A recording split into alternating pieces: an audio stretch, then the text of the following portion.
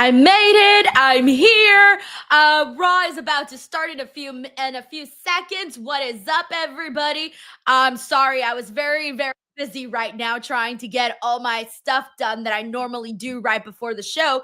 And then I was doing my makeup, and it was one of those things where I ended up getting something in my eye. So now I have a super watery eye on this stream because I accidentally stabbed my eye right before this. So anyways, we're here and the show is about to get started. So let me start setting everything up. Welcome, everyone. If you're here, thank you so much for hanging out with me. Let me get Raw going. It's going to be starting in just a second. So let's see, what's today's day? July 14th? Okay. I don't know why. It's always harder to pull up like the most recent episode of Raw. They always want me to watch like one that has transpired. All right. 1 second, everyone. Just need a minute to get this going. All right. Anyways, thank you to everybody who's here. Oh my gosh, my eye. It's like watery. Look, my makeup even came off. I got watery eye today. All because I stabbed my own eye. All right, here we go. How's the audio, everybody? If the audio sounds good, please let me know.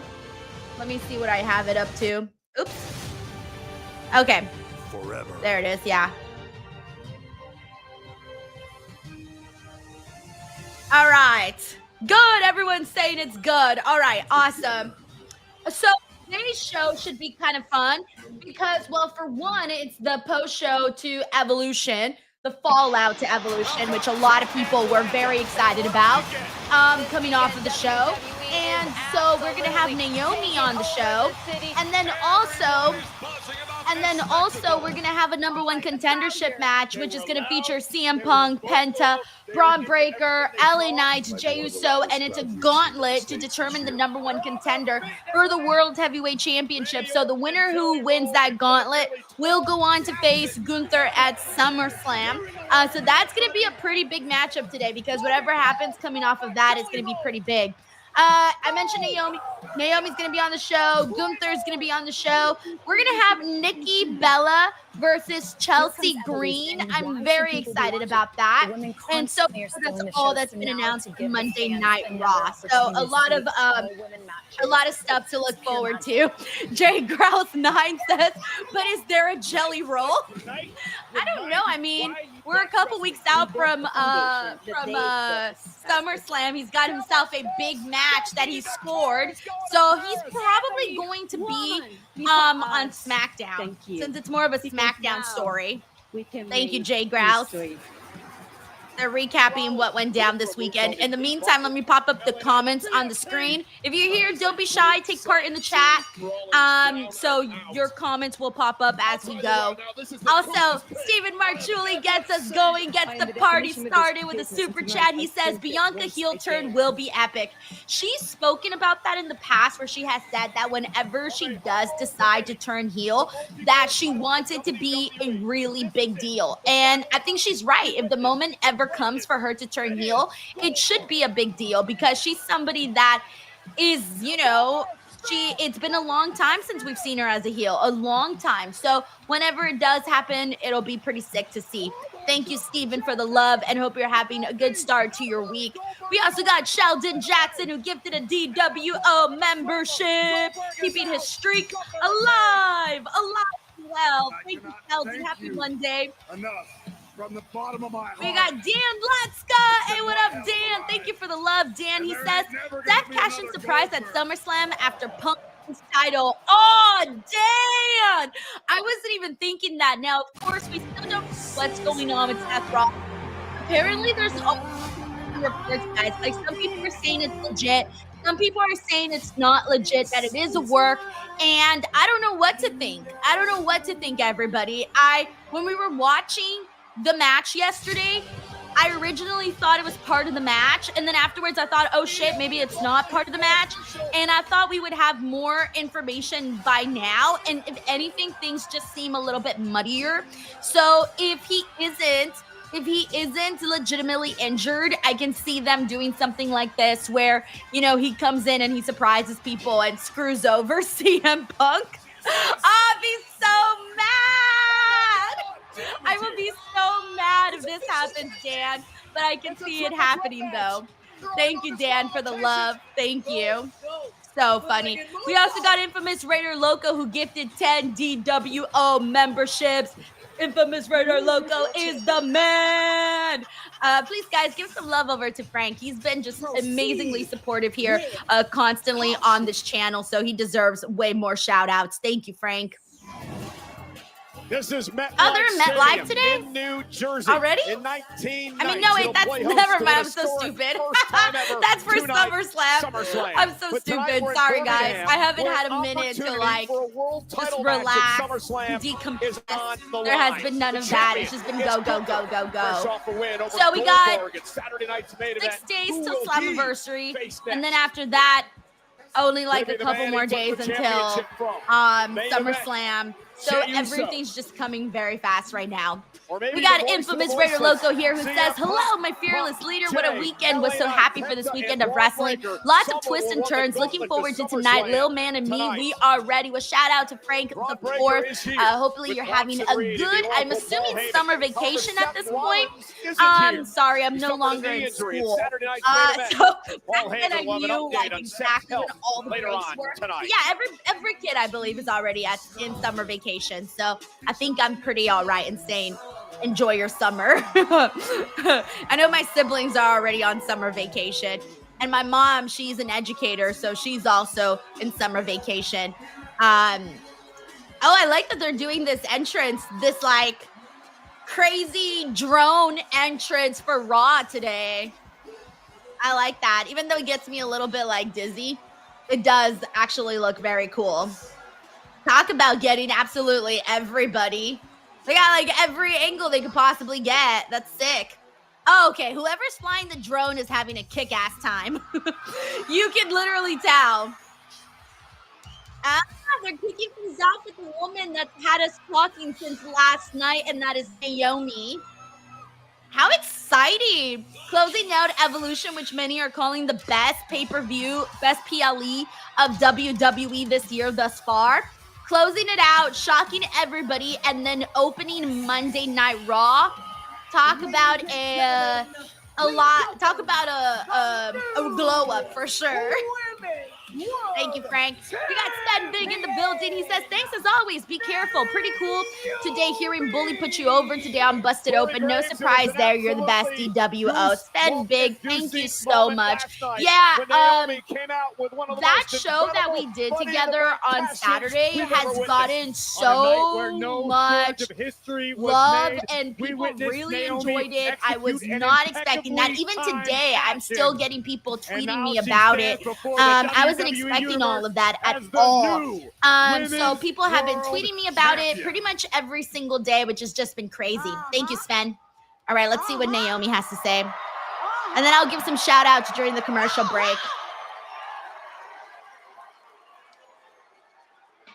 I love that she's got this like Reputation era sort of vibe going today because she has the newspaper print.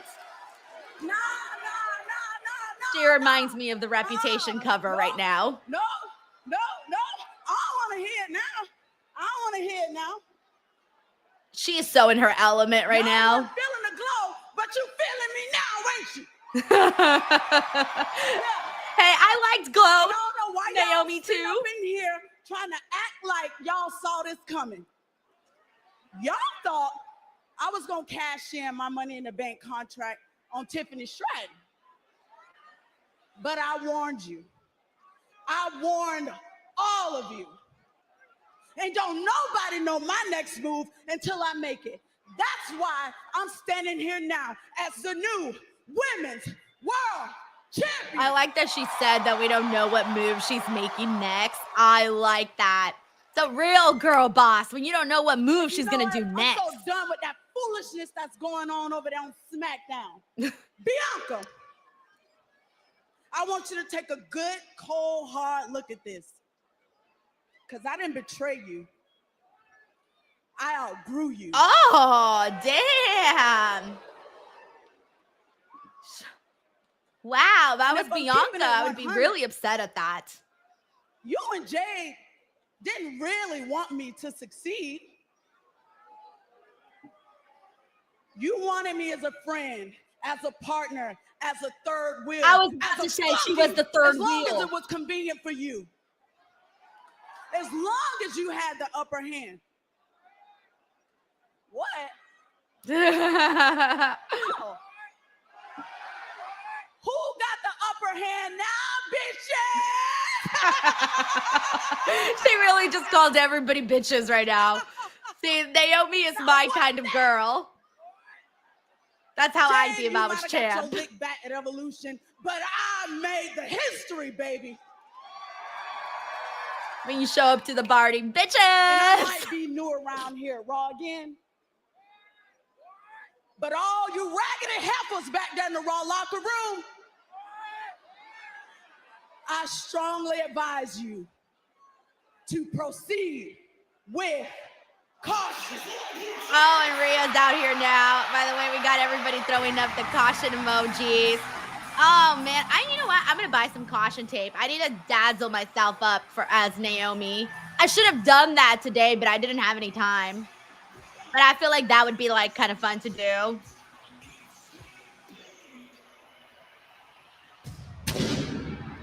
I feel like there's no way you can do that with Rhea, by the way. That beat just grabs you. But also, shout out to Rhea and Io, who really just like tore the roof off last night. Legitimately tore the roof off the building. And I feel like they earned a lot of respect for the match that they put on last night. People were raving about it, as they should. And then Naomi happened. Tori Lynn, this is a good idea. It says add a short string of caution tape behind you on your display. It's so easy to do. You're so right, Tori. All I have to do is like put it in these things. Oh my God. Okay, that's gonna be on my to-do list, is to buy some caution tape and like throw it up in honor of Naomi's reign. Maybe I can keep it up all the way until, or maybe like have it for a special Monday thing. Every Monday, just have the caution tape up. All right, let's see what Rhea has to say. And we should be getting Stephanie out here, hopefully, too. We'll see. I love how she's just like, she's untangling her little tassels. Anti-Nurshal says, just steal some from a crime scene. Savage. One thing you should know about me, I'm not cautious. I'm reckless, and I am pissed.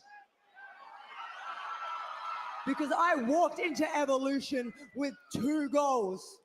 To finally beat Io Sky and to get back the Women's World Championship. And sadly, none of which happened. So Rhea should be pissed right now. She got screwed. Now, all because of you, I still have those 2 goals. So congratulations, Naomi, because you just made it onto my list. She's on the list. She's on Rhea's list. You never want to be on an angry woman's list, all right? Let me tell you that much. You make it onto an angry woman's list, you're done for. And speaking of the other woman that killed it last night, there is Io. Sky proved to the world last night that she may be the greatest wrestler on I like the planet. Io's vibe today, like her outfit. I feel like she's gonna go to the beach. She's giving me beach vibes. I feel like that's my beach outfit right there, what Io's wearing. Or my like hiking outfit. Yeah, she was hit in the face by a briefcase. King of Strong Style says, Io said, watch this. Tanisha Hicks says, I smell a triple threat for SummerSlam. Dude, if they do a triple threat with those 3 girls, I'm down. I'm so down. So down. Alan says, Io looks fine. Very quickly what it feels like to be a walking target.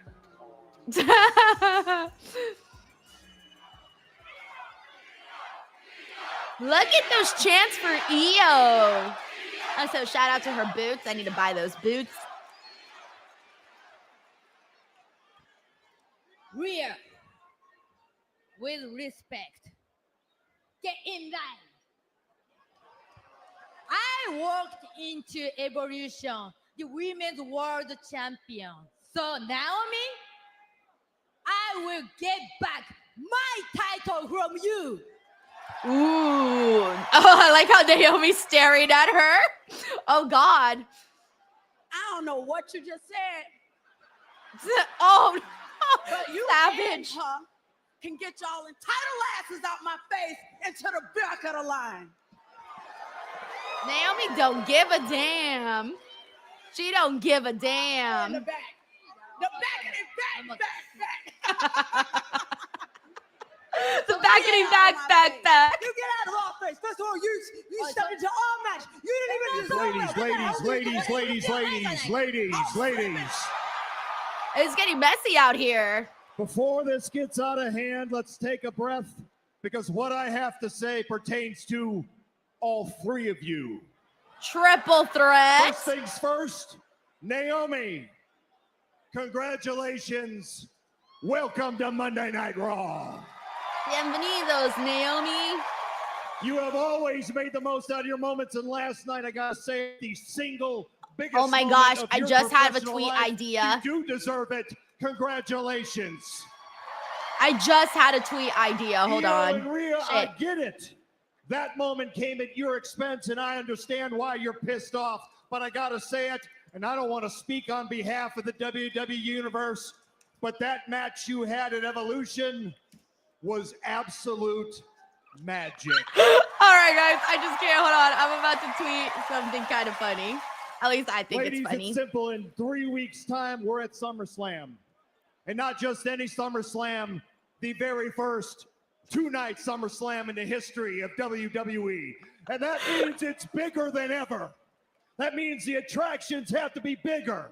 The box office has to be bigger. The magic has to be bigger. And as big as it was last night at Evolution, we need to blow the proverbial roof off of MetLife Stadium. Yeah, they do. They definitely do. And ladies, that's exactly what we're going to do, because it will be Io Sky versus Rhea Ripley versus Naomi for that Okay. I'm here for that. Make magic. But also, I don't want Naomi to lose. She just became champion. But I'm excited. That will be a fun match, guys. Come on.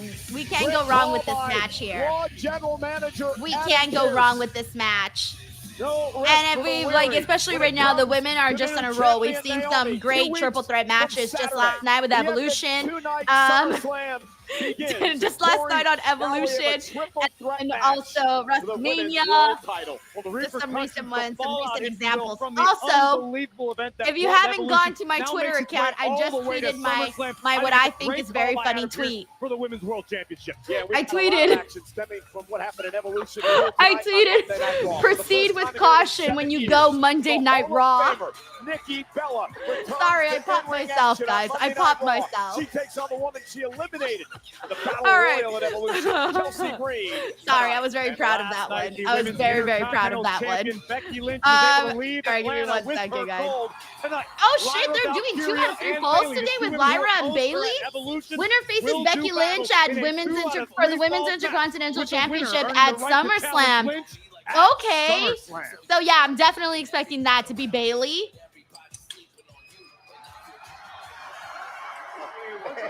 Hey, what's up, Cam? Hey, Dom. Got your title all nice and shined up, mate. How are you? I can't relax. AJ's been stalking me, and I never know where he is. Dom, as long as you have that letter from the doctor saying you're not medically cleared to compete, you, my friend, are untouchable. So it's all good. What we need to focus on is lending our full support to the 2 brightest stars from the weekend, the Women's Tag Team Champions. Congratulations, ladies. Got your titles all nice and clean. I wish I could take the credit, but all glory to Raquel. She's a perfect one. She's great. Well, Roxanne held her own and she kept her word, but let's keep that same energy tonight, Chiquita. Yeah, speaking about tonight, I've had a couple of concerns about Asuka and Kyrie recently. They've been causing a little extra trouble, so I think we need to get you guys some protection. So from one champ to the champs to another champ, Dom, how about escorting the ladies to ringside tonight? Make sure everything goes okay. Damn, freaking Finn. He's so messy. Right? Yeah. Me? Why me? Well, think about it. We get an opportunity to show the world just how strong a United Judgment Day can be. Plus, we all know how much Liv loves those titles. We need to do everything in our power to make sure they are here in the clubhouse when she We know exactly what Finn is trying to do. for Liv. He's trying to drive a Liv. wedge between Dominik and Liv right Liv, now ladies. that she's gone. Go get him. You got that all shined up for me? Of course I do. Come on, you want a game? Yeah, set it up. All right. Wow. Freaking Finn. Finn for, no denying Finn that for Judgment Day has the all the win gold. here. Or Finn for the sin. I don't know.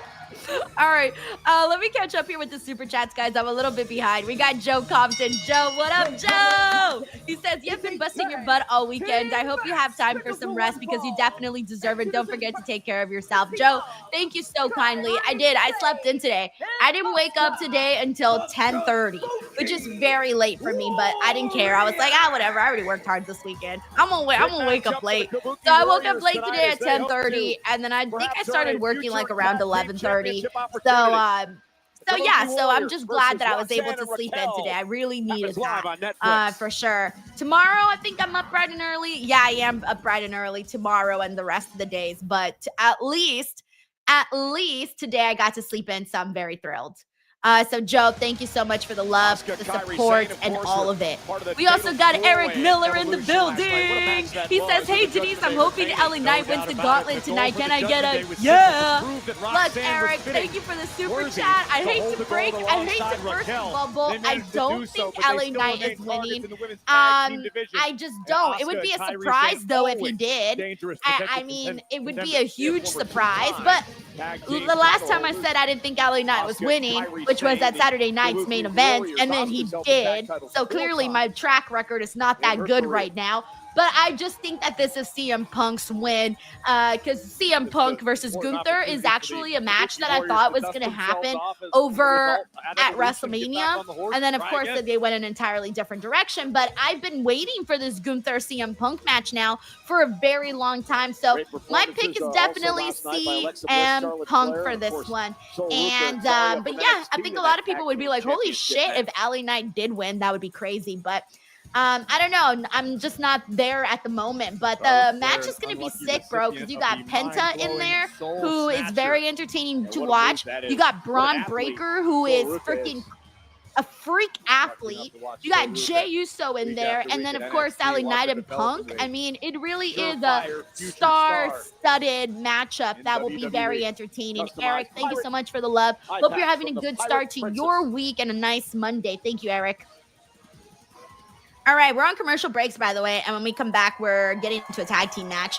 We got Mictaru. Hey, what up, Mictaru? He says, hello, beautiful Denise and DWO peeps. Hope you're having a wonderful day, and let's get this Raw party started. Also, happy birthday to our very own Busted Open 24/7, Uncle Bully Ray. Mictaru, thank you for the love, man. I'm very happy that, I'm very happy that there's just been like a lot to talk about in the pro wrestling world, to be honest, just with everything that's been happening, with all of the shows this weekend, going into this week of wrestling, Slammiversary coming up, and then going into SummerSlam, having a moment's breath, and then we're going to go into Clash in Paris. I think right now I'm just feeling good about all that there is that's coming our way. So I'm excited. And then over on the AEW side, you have New Japan and the Forbidden Door show. And then also the fact that Hangman Page is champ. So I feel right now, if you're a wrestling fan, no matter where you stand, if you stand on either side or you have one foot on each side, I think you're in for some treats in the next couple of weeks, hopefully. Thank you, Mictaru. We got Larice Johnson, who says, is Naomi on the Raw roster? Yes, from the looks of it, she is now on the Raw roster, Larice. Thank you, Larice. We also got Mictaru, who generously gifted 5 DWO memberships. Mictaru, thank you. Back to the night. The 4 shows amassed over 277 million views across WWE socials channels this past weekend. Incredible weekend. A lot of views. WWE in the Southeast. We also got Frank here, who says, little man Frank the Fourth wanted me to tell you he says hi and loves your work too. Oh, that's so sweet. And again, I hope you're enjoying your summer vacation, Frank the Fourth. You're awesome, man. And I'm very happy that you get to bond over pro wrestling with your dad. That's very cool. I feel like I actually talked to a lot of fans that when I asked them how they started watching watching wrestling. A lot of them started because, you know, a family member was a wrestling fan too, and so they became a wrestling fan because of their family member. And like for me, it was my uncle. I know a lot of people through their grandparents, through their dads, through their siblings, and so it's a really cool bonding experience. So shout out to Frank and Frank the Fourth. What does Liv Morgan think about this, well, new team? All right, so we got the Kabuki Warriors versus Raquel and Roxanne. She's been gone out with a shoulder and injury Dominik out there escorting them. Well, since you He's seem the hell-bent protector. on sowing seeds of dissension, Cole, I'm going to answer your question with another question. What could Liv Morgan possibly have to be upset about? Everything within the judgment. We got Melissa right Cabello here, is coming up DWO gold. member for 23 months. It says, Denise, what was your favorite match this weekend? My favorite match this weekend was Hangman and Moxley because I liked all of the big moments that took place in that match. Oh, that was my favorite match this weekend. Thank you, Melissa. Cover now, hook with a leg. You think Liv We got Infamous Raider Loco who says, damn, starting off with the lit, with the fire, with all three of these fine-ass women in a triple threat will be a banger. Where's my oxygen tank? Too soon, wasn't ready. We still got a 2.5 hour Raw to go to, and Infamous Raider Loco already needing an oxygen tank. Perez at a hell So of a year funny. here in 2025, and Asuka now unloading the Empress of Tomorrow. Multi-time world champion. I always like Asuka when having her way. Asuka goes all out on her opponent. She's like, kick, strike. The Empress and the Pirate Princess have learned in the last 24 hours since they last encountered the champs. It's the first match together. Even just having the Kabuki Warriors back as a team adds so much to the women's division, to the women's tag team division, excuse me, because Jesus, it's just been so slim. So just having the Kabuki Warriors back is already a pro. By the way, we got CJ here who says Io is so adorable. Cause is why she's coming out like this after being cashed in on. These women need to proceed with caution. Rhea on another women's World Heavyweight Championship shot. What do you think Liv thinks about that? Women's World Championship shot. Well, listen, I always get confused on which one's the Women's World Championship and which one's the WWE Championship. Here's a cover by Kairi Sane. But Women's World Championship is for Raw. And to display And the other one, amongst SmackDown. the Dirty Dom has cheated on how many people. But yeah, Io looked great Just tonight. 'cause you're I'm on a pretty diet sure doesn't mean everyone's you going to can't be look at talking the about man how in the great hole. All right, Io you need to looks. take it And I'm easy. not talking about her And Kyrie wrestling out to the skills. apron. I'm talking how she Roxanne looked is great, wildly looking for a cover here. like Roxanne eye trying to hang candy. on. That kind of looked Able good. to. Tag man CJ, has thank you Raquel. so much for the love and Just for keep hanging his out with us animal all day magnetism yesterday. under Seriously, control. that was You very think you cool could of turn you. that off? Dude, Liv Morgan is watching this. I guarantee you she is. I'm sure she understands. And now look at this. Kairi Sane trying to wrestle Raquel down to the mat. Asuka getting involved as well. Asuka rolled through now. Armbar. Ooh, Double submission here. like that. This could be trouble for the champs. And Raquel trying to power out of this. So look at this with one arm. Raquel Rodriguez landing Sane on no. Asuka. No, but Kyrie hanging on. Maybe not. for Oh, long. Jesus. I always hate when I see people go like Man, face Raquel's forward into the so ropes, like powerful. on their Yeah, we throat, see because I'm it, just Dom. like, we see it. It was good. how do I you thought not you were like supposed to choke be in the on that? hospital. Saif Done Not Super clear. says Naomi is hilarious. Where was this for a decade? Hey man, like I said, sometimes it takes a while for people to find that I- thing and so who they're impressed meant with to be. growth But of thankfully she Raquel found it, Rodriguez and now here. she's out here like everything she says, it's funny. And I think Powerhouse the reason Rodriguez, why who it's won that funny fatal is four-way because she last night doesn't with the talk Bahana Bomb. like a robot. boils down I'm to not confidence, here and I just think the talking Judgment about Day, as a everything unit that the growing writers stronger, has told sort of me to lent say. itself to Raquel. No, So you she's admit it, the talking Judgment Day's growing strong. just This is like a Liv crazy Morgan's normal the guy. person, I didn't like say a anything about normal Liv Morgan. I crazy was just talking person. about Let me recent rephrase events, that. very general. Normal crazy person. No, you basically said Judgment Day has Yeah, gotten basically. stronger. Thank you, That was the Saif. quote. We got Listen, I Infamous didn't know Raider they Loco caught says Gauntlet proceed with journalism caution at if you don't Syracuse use Cole. promo Come on code now. Denise. That's a Look at fact. this. Remember, Oh, Lucci, Raquel promo code with a Denise. splash in the corner to Kairi Sane. Great double We got takedown Matthew in by the Judgment Day. building. What's up, Matthew? Roxanne He Perez says, is sorry I'm pressing as late they just in come. time for the greatest Congratulations. female wrestler in the Tapped out by biz the right boot now. by Raquel. Monday Cover Night now. Rocks. Hook to the leg. Yeah, I love And a Roxanne. kick out. Hey, Dom, I have you think she'll talked to be Liv lately? champion How's she doing? in like, Doing great. Jesus, I would say like in a year. What does she think about you being out here But there's so many other women, but it could happen though. I see Roxanne climbing up very fast With Pat and Gunther. on this division. Dirty Dom loses it I'm a on big fan of hers, so Talk about that man's old lady. So I can see it happening for her sooner rather than later. But there is a lot of women right now on the roster, though. So they got no shortage of ladies. Thank you for the love, Matthew. We got Sven Big here who says, did you see yourself on the Open of Raw? I came out? No one told me. I didn't see that. Did I really? I did not see that. Wow, Sven Big. I missed it. You want to bring up Liv Morgan and how she must be disappointed for whatever reason. Liv is probably grinning ear to ear right now watching Roxanne do her bidding. Remember, Liv and the rest of the Judgment Day still blame Kyrie. By the way, thank you for letting me know, Sven. I didn't even know, to be honest. I'll rewind later on, and I'll see. He says my reaction vid was on. That's what I figured, since they do the montage of that stuff. Ooh, hopefully I didn't look ugly. That's all my only thought there. Tiger Claw says they showed your reaction, and like everyone told you, Denise. It's just I'm behind on the comments, guys. So sometimes the comments, I'm still stuck on the ones before because I try to keep up with everything. Yo, Chris Chaos says one of your facial reactions. That's funny. Arthur Andrew says Denise just came out during an open on Monday Night Raw. We didn't see you on there. So funny. DJ Ryan Maker says, yeah, your reaction to Naomi cashing in. Wow. Up North says, what up, Hollywood? You deaf on the Raw intro. Yo, I'm gonna have to rewind later. By the way, we had a question here from, where did it go? Jose Trinidad, who says, why do I hear commentary when there's a commercial break? So if you're new to these watch-alongs, I am based in Canada. Sorry, I'm being stupid. No, for real. I VPN to Canada so that I can avoid commercials on Netflix. So you guys are hearing the audio. If you get commercials, you guys still hear the audio of this show because of it. Thank you, Jose. Thwarting the attempt at the tag.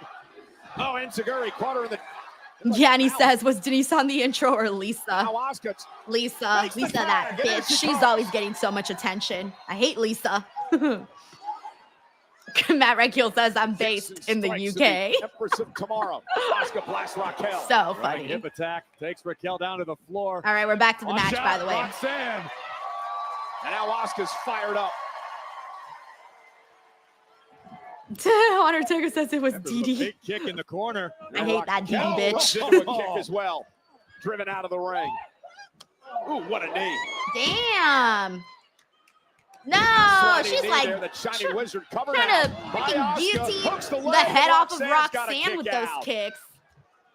Give credit where it's due to Roxanne Perez, who's proven herself to be King of Strong Style says VPN gang. I got mine in the UK. Does Finn Balor deserve credit? The leader of the Judgment Day seems to have them working on all cylinders. Absolutely. I think Finn definitely deserves some credit. Perhaps a few thank yous. You don't think that he's manipulating the rest of the group? Perhaps. And now Kairi Sane. Cover for the win. Every time I look at Kairi Sane and Asuka's hair, it really makes me crave a fruit roll-up. This is ridiculous. Like so badly. Raquel up over the top to the floor. I think Am I the only one? I'm like, or like a fruit gusher or something. Because it's those same colors as the fruit roll-ups and the fruit gushers. Dominik, so I look at their hair and I'm like, ooh, I want some candy. Judgment Day, both the women and men's tag team champions. So I'm a little behind on Super Chats, guys. I haven't got into all of them yet, but I will catch up in a second. Kyrie once again. Oh, look at this. Dominik's up on the apron over here, arguing with the official. Ooh, Kyrie's insane elbow. Which he's done. The Kabuki Warriors had this match won, but Dominik's distracting. And Raquel Rodriguez. We got Chris here who says, love getting a lot of women matches tonight on Raw. Yeah, you're right. I mean, God, we have 2.5 hour show today. So there's time for it, man. There's definitely time for it. We had the women's opening segment. The women opened the show. Then the women kicked off the first match. So, yeah, so far it's been a very nice female-driven start. And coming off of that weekend, you have no idea how many people were sending me like tweets and comments and messages saying like, oh, the women saved WWE this weekend because that was the best show of the weekend. And damn, like you can't argue it at all. Like they really did come through. Thank you, Chris. Asuka's so quick, so effective with those strikes. One of the most lethal strikers in the game. We got Mayhem here who says, we don't want to see Jay win this gauntlet. Jay versus Gunther for the millionth time doesn't sound good. Yeah, oh my God, can you imagine that? Limber to me. Asuka just slapped Dominik. Out a few more weeks. Although I think this is going to backfire on Asuka. Yeah. Yeah, backfired, unfortunately. But at least she got to slap Dominik. I don't think Dominik's going to be adding Asuka to his list of women that he has dazzled. But yeah, can you imagine if we got Jay versus Gunther again? Look like he's heard it all. I would laugh so loud. I'm not even kidding. I would laugh so loud. Thank you, Mayhem. We got Victaro here who says, I think Slammiversary is going to be good. I can't wait. Yeah, I'm excited for it. I'm going to be doing a Slammiversary watch along here on the channel. So if anybody wants to come hang out, even if you don't watch TNA religiously, come hang out. Usually their shows, they're really easy to follow. You don't even have to be like religiously watching. You can jump in on a show and you'll pretty much put 2 and 2 together. So a very easy show to just jump in if you guys want to chill and watch some wrestling on this Sunday. Thank you, Victaro. We got Brendan here who says, Denise, reading your tweets post makes my ex a lot better, and I know I said it many times, but I hope it can be great with the wrestling content as you. You will, man. Just keep staying consistent, Brandon, and thank you for the love. Press conference, we learned that Seth freaking Rollins would be in Birmingham, Alabama, getting evaluated. Could you please share the results of that evaluation with us? All right, let's see. I don't have that information yet. It's too soon. And come on. Seth Rollins has until next June to cash in the Money in the Bank agreement. Okay? So until he's crashing into that deadline, Seth Rollins' health is not a relevant subject. What is a relevant subject tonight is the fact that tonight, Braun Breaker runs the gauntlet. Tonight, Braun Breaker goes through everything and everyone in his way. Tonight, Braun Breaker emerges as the #1 contender. Tonight, Braun Breaker punches his stamp to SummerSlam. Braun Breaker goes on to SummerSlam. Braun Breaker defeats Gunther at SummerSlam. Ladies and gentlemen, your next heavyweight champion of the world, Braun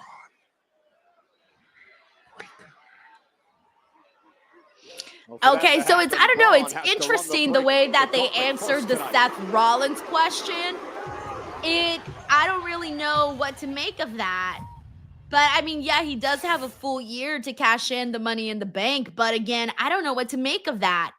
It's interesting. What do you guys make of it? I need some help here. All right, let me see what we got here. We got Mayhem here who says, I'm giving Santi and pray for me tonight. I don't want him to have nightmares of Jeff Hardy being better than John Cena. The megastar, L. That is so funny. That's Mayhem's YouTube husband. Oh, is it your YouTube husband or YouTube dad? No, YouTube dad. I want to ask you about YouTube dad. Seth Rollins. That's funny. In the ring when it happened. Stephen Martrulli says dream match for me, Roxanne versus AJ. Well, first and foremost, AJ Lee. Oh, I can, and that's like, that would be Roxanne's dream match too, for sure. The megastar, the Thank man you, that Steven. you just called the megastar is in the building here in Birmingham. Yeah. Whoa. But you asked me about Seth Rollins. You asked me about the injury. I want to tell you, look, I came out with the W on Saturday, did I not? Yeah. Now, Seth Rollins, unfortunate circumstances. The man ends up busting his knee, bad knee. Look, I'm going to tell you right now, I want to wish you, Seth, from the bottom of my heart, I want to wish you a speedy recovery. That's nice. He even took off the glasses for it.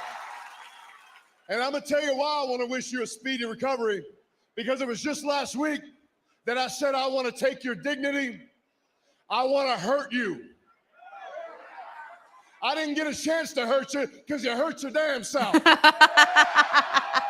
so that may have been my favorite LA Knight moment. I want you to come back and the way he said it.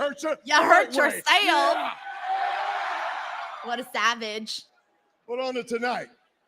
You talk about a gauntlet match, a chance at the World Heavyweight Championship at SummerSlam. Yeah. Yeah. And if you're talking World Heavyweight Championship, then you got to be talking LA Knight. Yeah. So I'm going to put it to you like this. If I'm honest, I'm not 100% right now.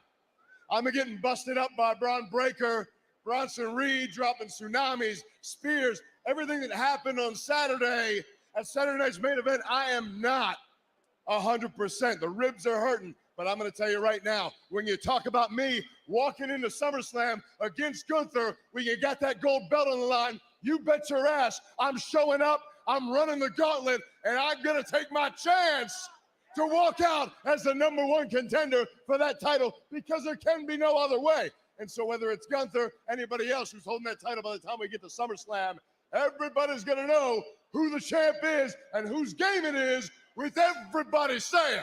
All right, I'm glad they gave him a promo to like try to boost him up in this matchup. So good stuff there. Mr. GRK Chef 13 says, Denise, after Naomi lost to Jade, how did we all not see the cash in coming? Right? I mean, I honestly didn't, but when I was going over my review, I was talking about how it kind of made you like look at things differently, in the sense that she was, you know, really desperate for the moment to happen. Like, she needed something to happen, and she needed something to happen now. And then she eventually made it happen. So she had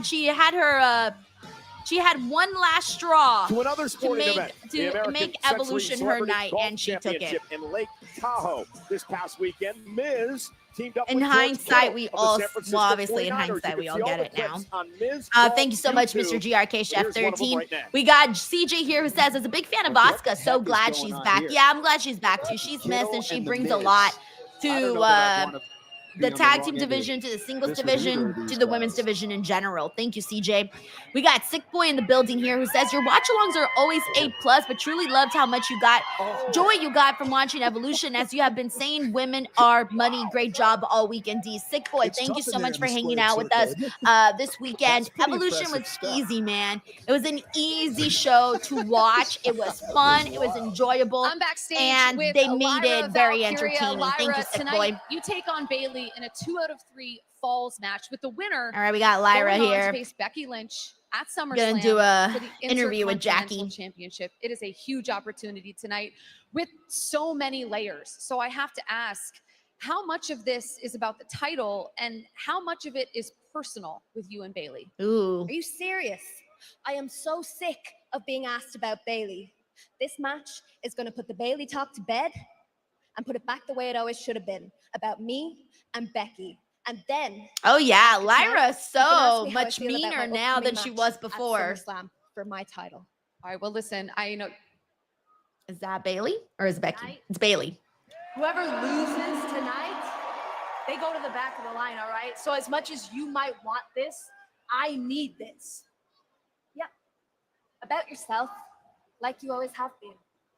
I respect that. I'll see you out there. We got CJ here who Just so you says, know, I maybe like what's rocks. best for you is to stay the hell out of my way. Oh, she shoved her too.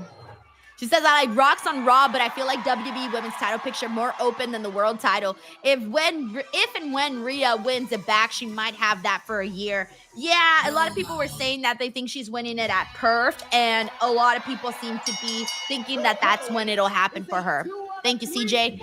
Hey, what up to Paul at Bean? What's up, Paul? He says, hi, Denise. It's been a while since I was here for a watch-along. I always enjoy it. You're a great... Hey, Paul, welcome, man. Also, shout out to the cute little cat in your default, whether it's yours or not. Shout out to the little kitty. Very, very cute.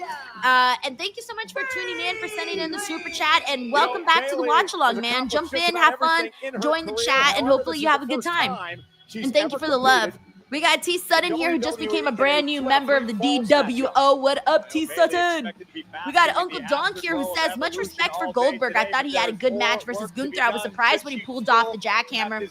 I kind of just felt kind of bad for Goldberg, because I felt everything felt sort of uneventful in a way, which is how you don't want your retirement to feel that way. I felt bad that everything sort of felt rushed towards the end. Yeah, I don't know. I think there was something more missing to the actual retirement, but obviously, you know, as long as he's happy with it, who am I to say anything? Thank you, Uncle Donk. We got David Primero here who says, hi, Denise. How's your Monday after 4 PLEs? Braun looks bigger and better today with less tan. What do you think of Naomi and Jimmy on different brands now? So I think they make it, I don't know how it works with between the couples. You know, everyone lives different lives and whatnot. But I'm sure they know they have to do what they have to do, right? And then as for my Monday after 4 PLEs, it's good. Got to sleep in today, then did a little bit of work, and then took a little break to eat dinner right before the show. And now it's time to watch Raw. So the day has gone really, really fast. Very, very fast. And I'm still trying to catch up from all the stuff that I didn't get to do while I was on vacation. So I'm honestly just trying to catch up right now with everything. Thank you, David. Shout out to Michael's Wrestling Channel here. Thank you for the love, Michael. He says, I love last night's WWE Evolution PLE. All of the matches were great, not too long. I asked you if there should be WWE Evolution 2. You said, hell yeah, now it's in the history books. Isn't that crazy? That, like, we went from, hey, is it going to happen? Just at the end of the year, I was talking about whether or not it should happen. And then fast forward, you know, a couple months later, and now it's in the history books once again. And now the next conversation is, should this be happening every year? And also, shout out to Lyra and Bailey, who were part of the match yesterday with Becky and the triple threat. And now they're coming out here to do a 2 out of 3 falls match. And shit, I just realized, not only did the opening segment was women, as we were saying earlier, the tag team match was women's, and now we're on to this match here, which is also women's match. So, like, basically the first hour of Raw looks to be heavily female dominated as of right now. So that's kind of sick. Kind of sick because the women are money. Michael, thank you for the love, and best of luck on Michael's wrestling channel. Thank you, dude. And that is weighing on her. We also got Brandon here who says, is Denise the best YouTuber in the YWC? Yeah. Thank you, Brandon, for the encouragement. Very nice of you. In WWE since she arrived. We got Mayhem here who says, did you see the tweet that Becky actually said the thing? She says she's not Becky Hogan. I thought she'd never actually say it. I actually didn't see that. I had seen the picture that was going around of the person's sign where it said Becky Hogan while she's interacting with a little girl who's like crying. I thought that was very, very a great moment captured for sure. But I did not see the actual tweet though. But thank you for letting me know. I'm gonna have to look at that afterwards. Thank you. Wait, already? Damn. Bailey has scored the first fall. All right, so Bailey's got one. And we're going to a commercial. We got Brendan here who says, in the best YouTuber in the IWC too. Yeah. You're awesome, Brendan. We got Victaro here who says, I watched the full segment of Goldberg's farewell retirement after Saturday night's main event went off the air. It's on YouTube now.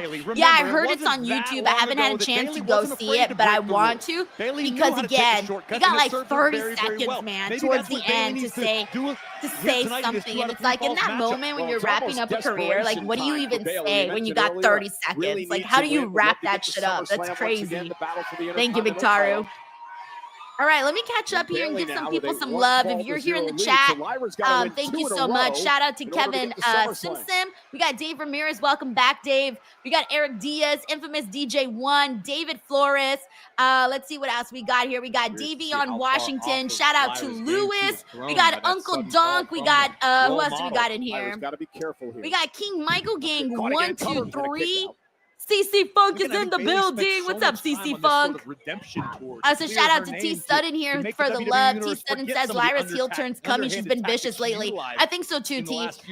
She has been kind of mean, which I like because when we first started seeing Lyra, she was always known as, well, the Bird Lady, right? But no, she was always a good wrestler. But the thing was that she was kind of soft-spoken. And it wasn't until the feud with Becky where we got to see more of her personality. And now that Bailey's been added to the equation, suddenly she's just far more meaner. And maybe that's what it's going to take to really carve out who she is on the inside. Thank you, T. Sutton. Also, shout out to KJ. We got Tanisha Hicks is back. What's up, Tanisha?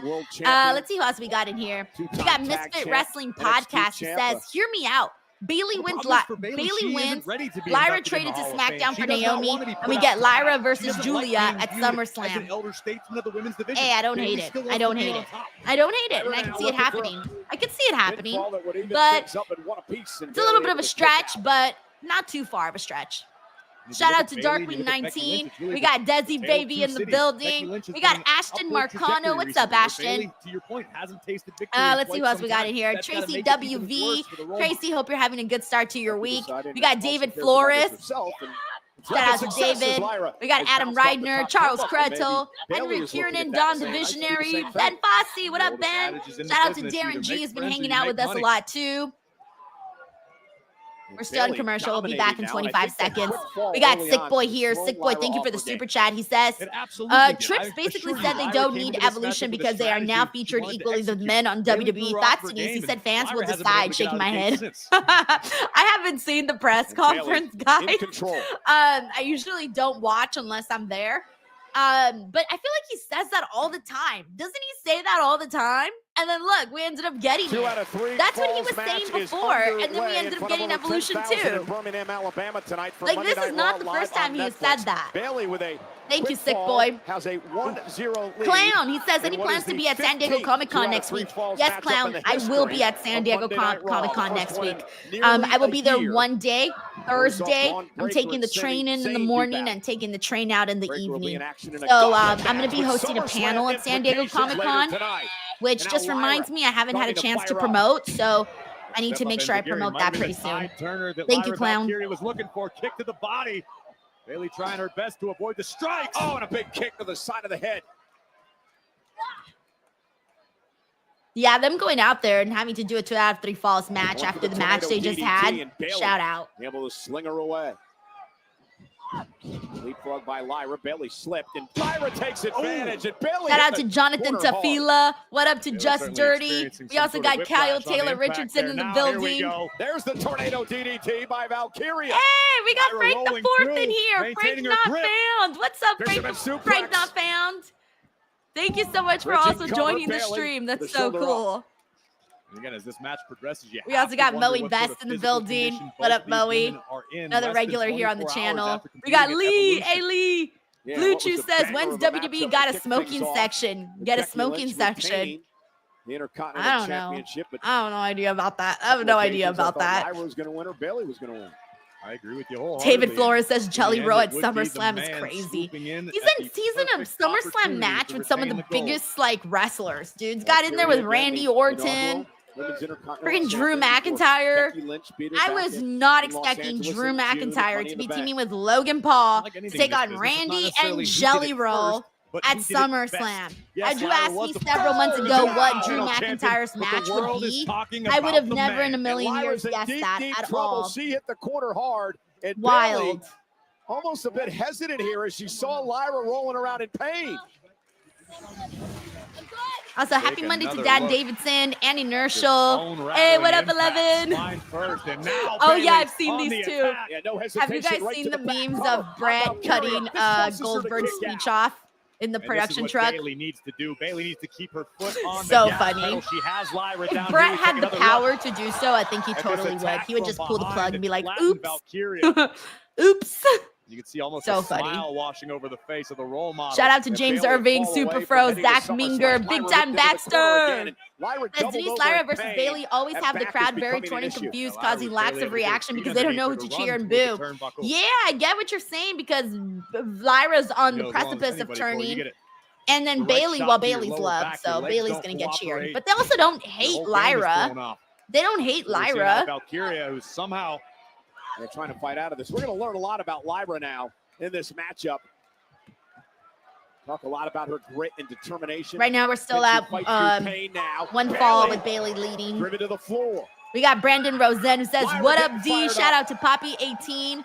We also got Anthony Soley who says, wow, what a first start to WWE RAW. Yeah, I agree. To keep her in this battle. Also, shout out to Nick, the creator, who's here. Thank you so much for tuning in. Bailey realizes it can't be good, fighting out of it. Now Bailey looking to turn things around. Oh my goodness! Dropping Lyra on the already injured back on the apron. And Bailey with the killer instinct. This could prove to be the beginning of the end for Lyra Valkyria's SummerSlam dreams. Brutal belly-to-back suplex on the apron. No forgiveness there. And now Bayley looking to finish the job. Bayley with Lyra up top. Oh, and down goes Lyra. Bayley hooks the leg. Cover for the win. Lyra gets the shoulder up.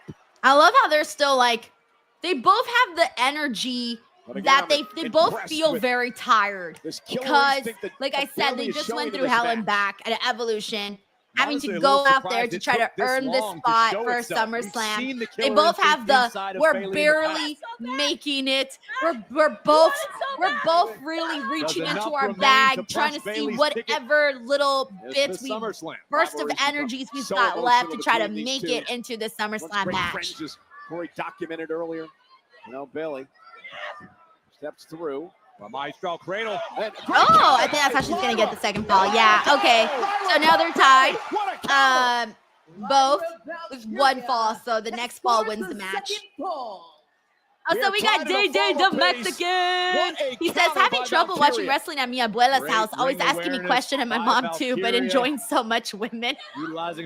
Okay, please give us your mom's and your grandma's opinions on wrestling, by the way. The grandmas and moms, or just like in general, people that don't watch wrestling, always have some of the best reactions to wrestling in general because they don't know, so it's really funny. Like like the things that they say and how they react to things. Like my grandma would always get really scared whenever someone got hit with a chair or put through a table or even just something as simple as a punch or a kick. Gets them like, oh my God, like I can't believe they're going through all of that. And they get really, really concerned about the wrestlers, so it's very funny. Bayley realizing she cannot. Thank you, Day the Mexican. Hope you're recovered from your busy week of wrestling as well. And now Bayley continues. Also, we got Pac McNeil in the building. What up, Paul? Did I say Paul or did I say This can really do a number on Bayley mentally. Wait, what did I say? I did say Paul McNeil, right? I don't know why I thought I said Pac. Come on, wait, why did I say Pac? What up, Paul? Shout out to Ryan Soley, who's also here.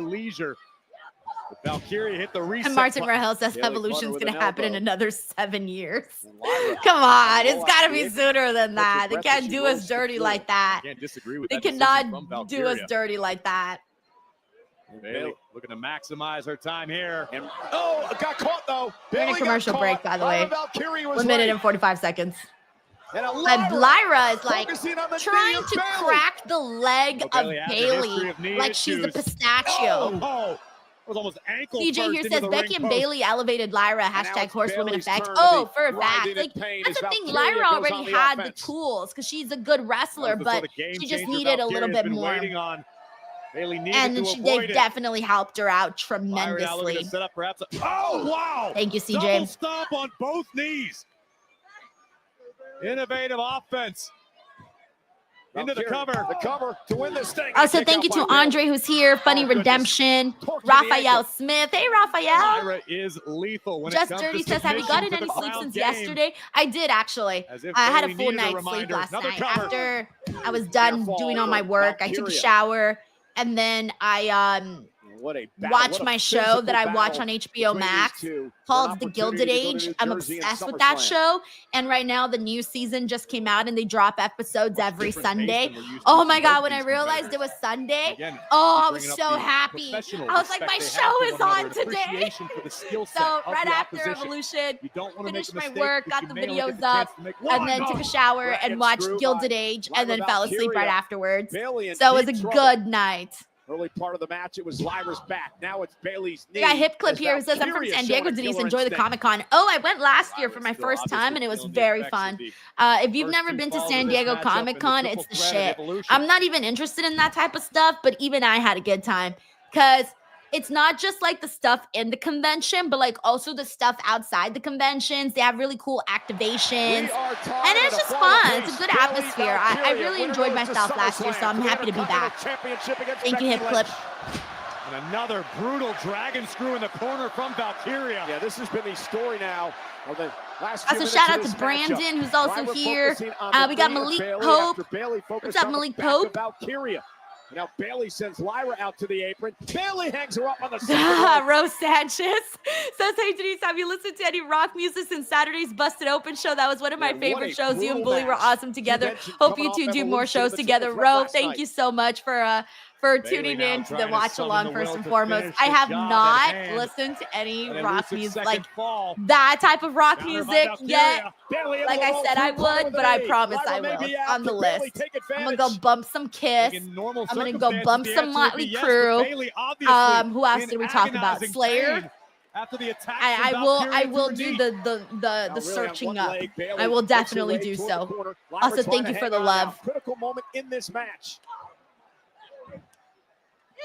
Bayley looking for the Bayley to belly suplex. Valkyria did her homework, one step ahead. A couple of well-placed elbows to the back of the neck. Lyra to the corner now.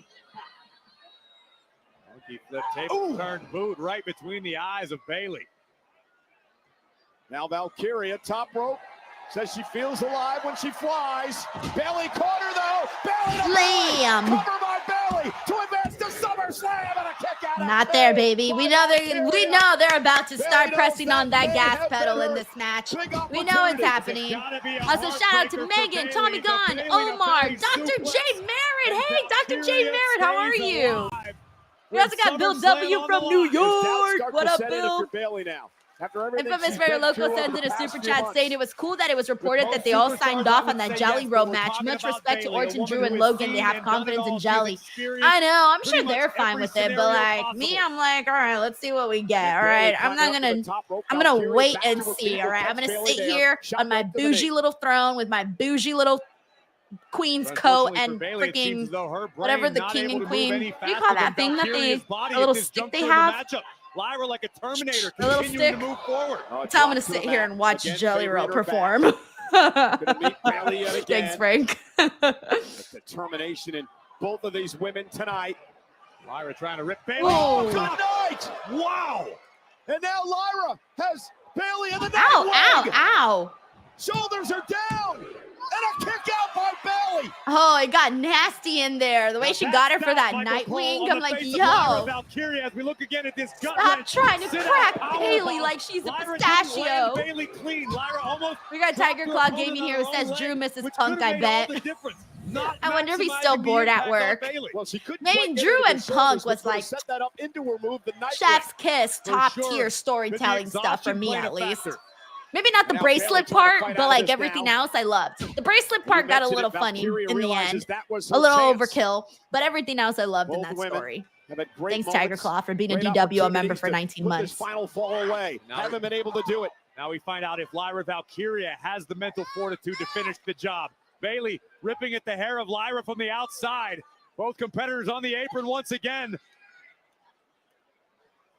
What's Bayley going to do here? Lyra trying to hang on, desperately hanging on. Now it's Valkyria going after the injured leg of Bayley. And Bayley fighting back. Ooh, what a shot. Yeah, Lyra's been working that left knee of Bayley this whole match. So that's totally going to come into play here if she loses. Oh, nice. Beautiful. Fisherman beautiful. On the apron. We got A.B. Jobson, Janica, and Andrea Price. What up, Andrea? We got CJ here who says the Evolution post show was great, except Triple H part. They had him talking about Jelly Roll, then the women. For fuck's sake, and only one woman asked him a question. Well, I don't know who was in that press room, guys. I don't know what the male to female ratio was. No idea. So sometimes people get nervous to ask questions. Sometimes people don't have a question. Sometimes they just don't get chosen. There's a lot that you guys don't see behind the scenes of those press rooms where there's been times where I've been like, raising up my hand, trying to get the question right, and then I get nothing. And then I don't raise my hand up and they come to me and I'm like, hey, I wasn't ready. I didn't have anything. So sometimes things like that happen. It's just, I don't know. I guess they just figure it out as they go. Thank you, CJ. To put this match away. Nobody home. Valkyria moves out of harm's way, catches Bayley. Manuel says my grandma loves wrestling. Oh, grandmas love wrestling. Trust me. Trust me. Brutal.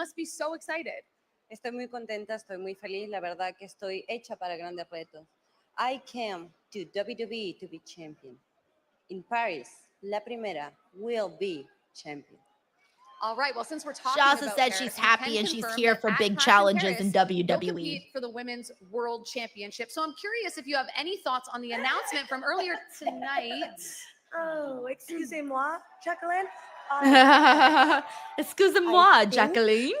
I should represent WWE in Paris. I mean, who would you rather in the Arrondissement and Boulevard of Paris representing WWE?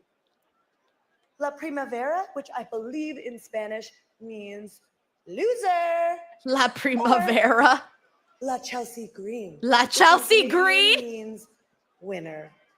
Not La Chelsea You really Green. want to know what La Primera means? Take your best shot. I think La Chelsea Green just killed me right now, guys. I'm internally dead at the moment. But I'm actually taking my best shot against a WWE Hall of Famer tonight. So for now, you can look, but you can't. You could look, but you can't touch. Dun-dun-dun-dun-dun-dun-dun. I'm dead. La Chelsea Green? I'm still not over that. Okay, for those of you who play Loteria out here, somebody make La Chelsea Green Loteria card. That's what we need. Also, it's time for Chelsea Green versus Nikki Bella. All right, let me catch up really quickly in the meantime with the super chats while we get the entrances. Let me see where we're at. We got David Primero here. Oh, by the way, I just realized it.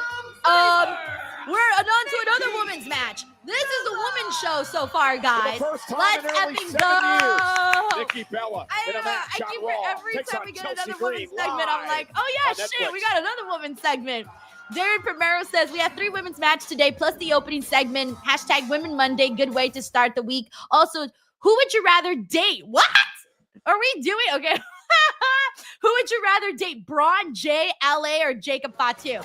Come Nikki on, Bella David Primero. You expect me wonderful in the to Battle betray my Royal AI last night. husband like A lot of that? stories, You think from that I that would do matchup that? heading I into am a match a with loyal, Chelsea Green that loyal we'll get woman. into in just So a I'm little bit, sticking but with my AI husband, Jacob showing the WWE Fatu. universe, not only Thank is you, she David. fearless, she is Day timeless Day as the well, Mexican looking here like she says, never can't get missed enough a step, wrestling, but and how they will hang Nikki in the fare dining in room one-on-one watching their action? telenovelas. This was the Each best room in in the the game house has today. a TV, We'll some in the find out living first room. time in nearly Nice, 7 years nice. in That a sounds match like here a on that sounds Monday like a Night Mexican Raw. household, by the way. That's totally a Mexican household right there. So funny.